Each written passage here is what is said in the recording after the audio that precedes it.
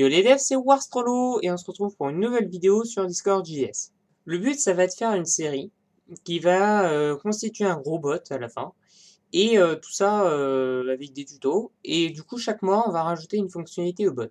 Bon, pour les premières vidéos, ça va être peut-être toutes les 2 semaines, je sais pas. Et donc, du coup, dans cette première vidéo, on va voir comment on code le loader de commandes. Donc, c'est vraiment la base du bot. Et après, comment on exécute également les commandes. Voilà, donc ça, c'est vraiment la base. Et après, dans les vidéos suivantes, on ajoutera une autre fonctionnalité, comme un cooldown, des commandes d'honneur, un anti-raid et tout ça. J'espère que ça va vous plaire parce que c'est mon premier tuto. Donc, si vous avez des avis, des commentaires et tout constructifs, n'hésitez pas à me les envoyer via Discord ou via les commentaires YouTube. Voilà. Du coup, on commence le stream. Voilà. Du coup, on va commencer par créer l'application, le bot, en fait, sur Discord. Donc du coup voilà, discord.js tuto bot. Voilà, hop. On enregistre le petit token.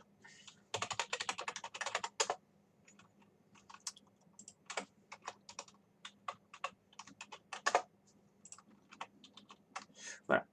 Donc du coup, ce qu'on va commencer à coder, donc c'est le loader de commande. Donc du coup, on va faire vraiment la base. Alors déjà,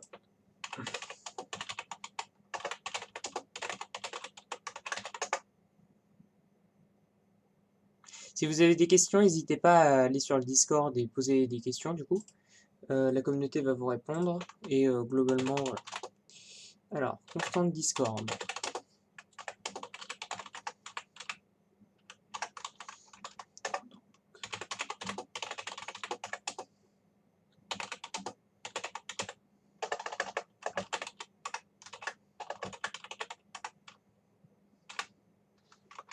Et c'est majuscule.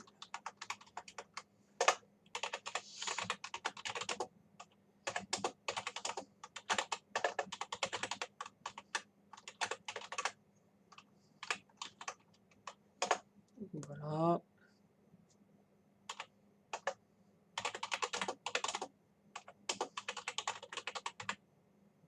Donc ça, on en aura besoin. Alors, FS, c'est le raccourci de file system.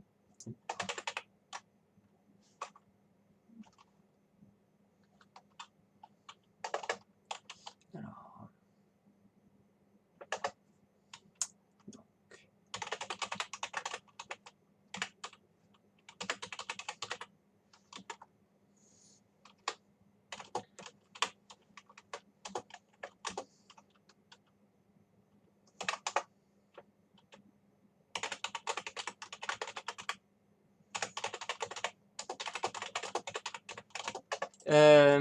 du coup, voilà.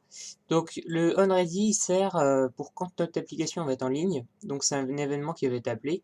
Et vous allez voir que quand je lance mon application, ça va tout de suite. Il va se signaler, quoi. Enfin, il va se dire qu'il est là, quoi.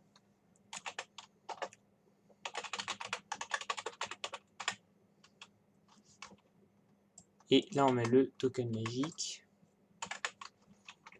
Voilà. Après, je ferai mieux dans des configs et tout, mais voilà. Pour l'instant, on fait ça comme ça. Pour juste vous montrer un truc. Ah.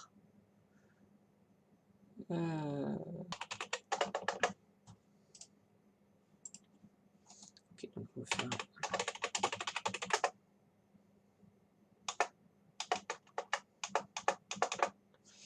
Voilà.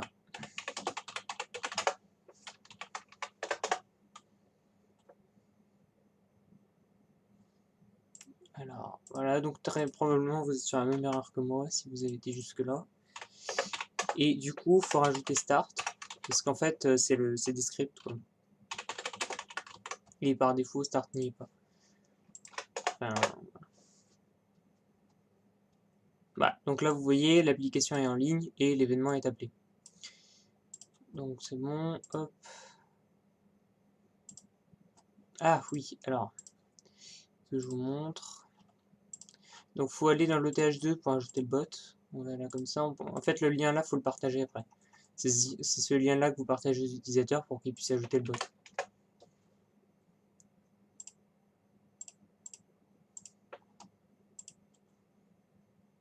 Voilà, là on est bon. Donc là il me dit que le bot est apparu. Voilà, donc ça c'est bon. Alors maintenant on va rajouter donc la partie qui va charger les commandes.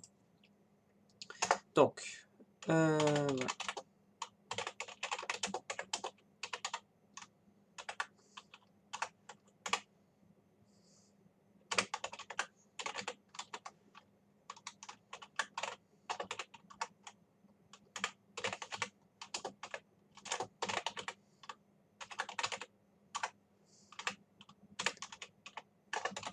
Alors cette partie-là, ça fait qu'en gros, il va me prendre que les fichiers qui se terminent par .js.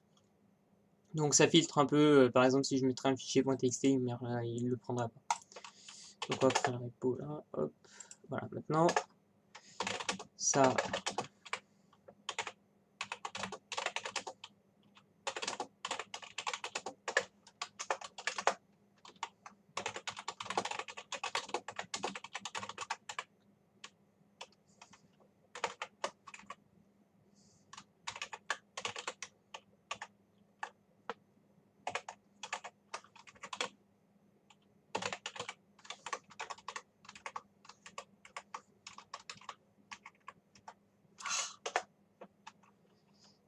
Quand ça veut pas, ça veut pas. Hein. Alors, voilà, client. C'est 7. Oui.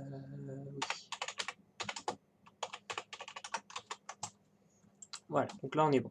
Donc en fait cette partie-là, ça veut dire que pour toutes les entrées qu'il va y avoir, en fait tous les fichiers qu'il va avoir trouvés dans CMD du coup, il va les ajouter directement à la liste des commandes.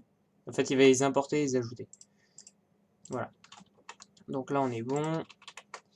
Et là en fait on pourrait rajouter n'importe quelle commande, ça va pas marcher parce qu'après il faut rajouter le client.on.message du coup.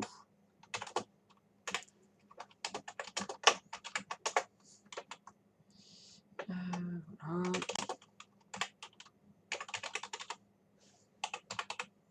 Ah oui.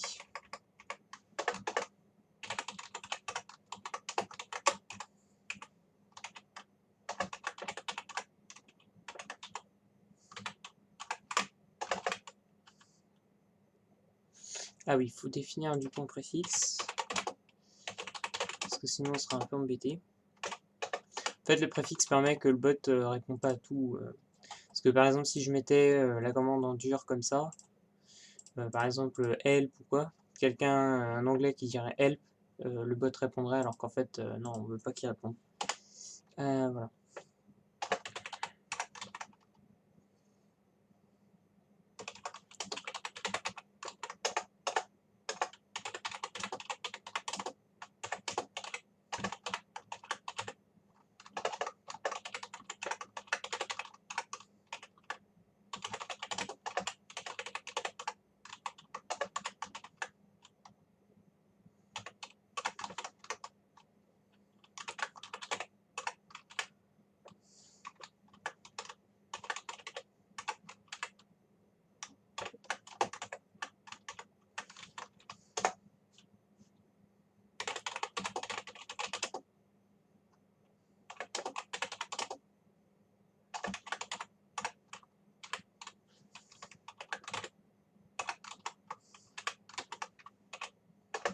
Oups. Voilà. Donc là, on est presque bon. Donc là, on va... En fait, ce qui va se passer là, en gros, déjà, là, on check si, si le message commence par le préfixe. Donc sinon, on l'ignore. Et donc là, on sépare les arguments. Donc par exemple, si je faisais help 1, enfin 2, en fait, donc ça c'est le préfixe, ça c'est la commande, et après ça fait des arguments. Voilà. Donc là, ce qu'on fait, c'est qu'on va prendre les arguments, on va les mettre dans un array qui est en fait une liste. Voilà, donc du coup, voilà, on est plutôt bon. Voilà.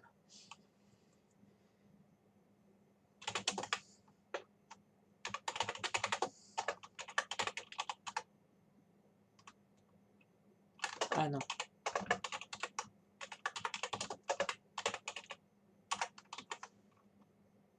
Attends, j'ai rajouté ça. Donc en gros, là on fait que si jamais la commande bah, elle n'existe pas, on return. Donc, si vous voulez, on arrête le mini-programme. Enfin, on l'arrête pas. Mais bref, c'est trop compliqué de vous expliquer comme ça. Mais en gros, ouais, là, on ignore si jamais il n'y a pas la commande.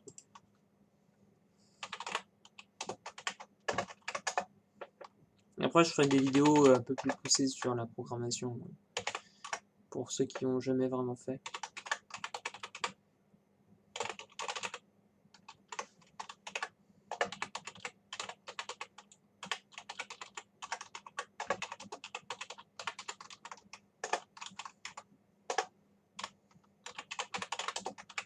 Alors, ce qu'on fait là, c'est très important. Ça permet de faire en gros que même s'il y a une erreur, le bot ne s'arrête pas. Voilà. En gros. Parce qu'en gros, s'il y a une erreur, c'est ça qui va prendre l'erreur. Et en fait, du coup, l'erreur va être traitée là-dedans. Mais ça va pas arrêter le bot.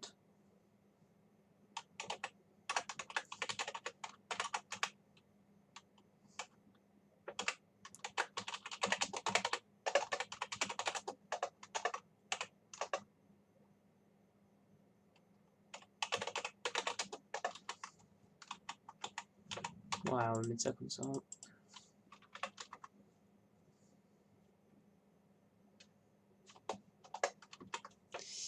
Voilà, voilà. Donc ça, on est bon. Donc on est bon, voilà. Donc maintenant, si on ajoute une commande ping, on fait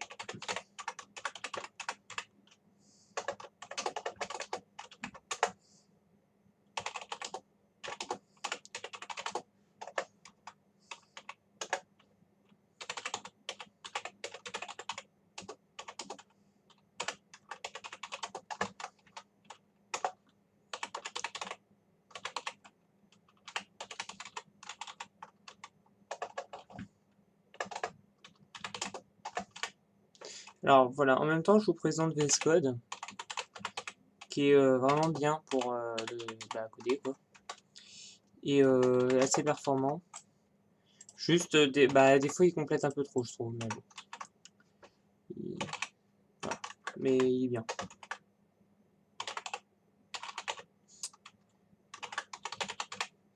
C'est rapide pour coder et tout.